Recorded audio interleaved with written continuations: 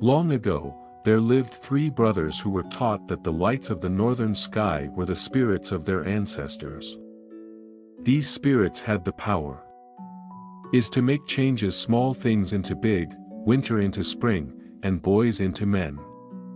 One day, the villagers gathered for a special ceremony. Tanana, the shaman woman, presented Kenai, the youngest of the three brothers, with his totem, the animal symbol he was to follow to become a man.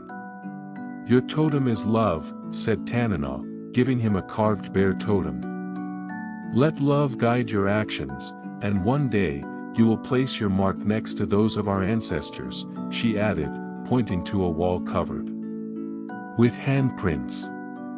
"The bear of love?" Kenai frowned. "Wanna trade?" he asked his brothers. His older brothers laughed. They had already received their totems.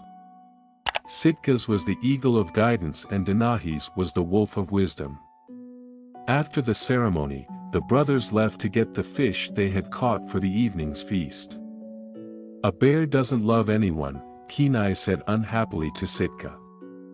"They don't think, they don't feel, they're."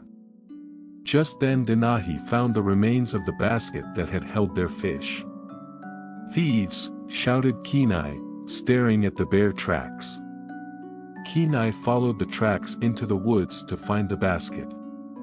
When Kenai didn't return, Sitka and Denahi went after him. It wasn't long before they heard Kenai cry out. He had slipped off a ledge trying to escape from a bear.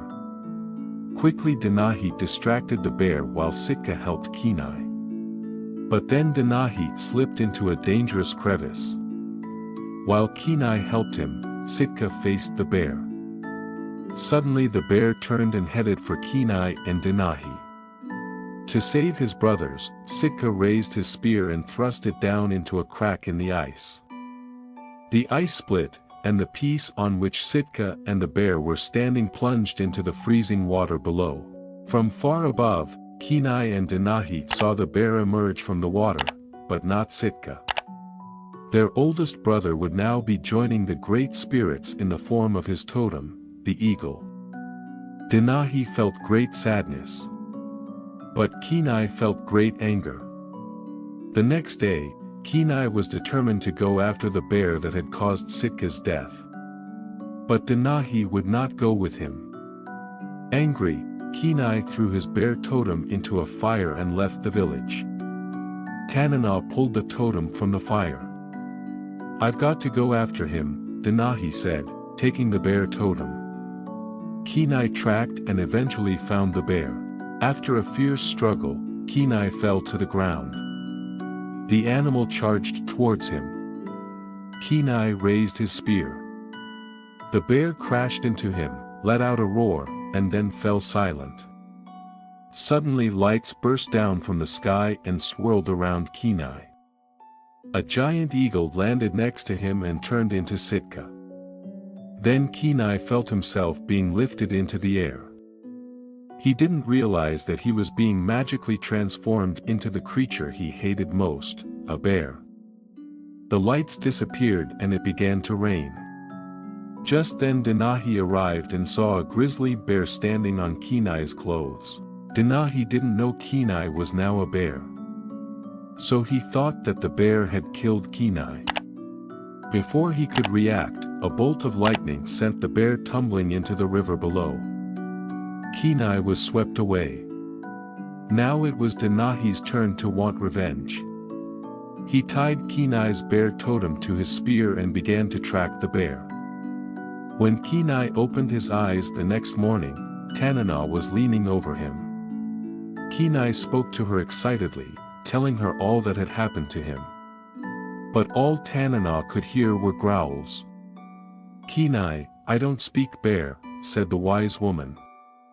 Kenai didn't understand. Then he looked into the river at his reflection. "No," he shouted. He twisted around and looked at his furry tail. "Itch," he cried.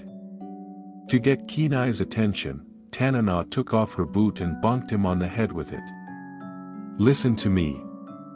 Sitka did this, said Tanana. Take it up with your brother's spirit. If you want to change, go to the mountain where the lights touch the earth.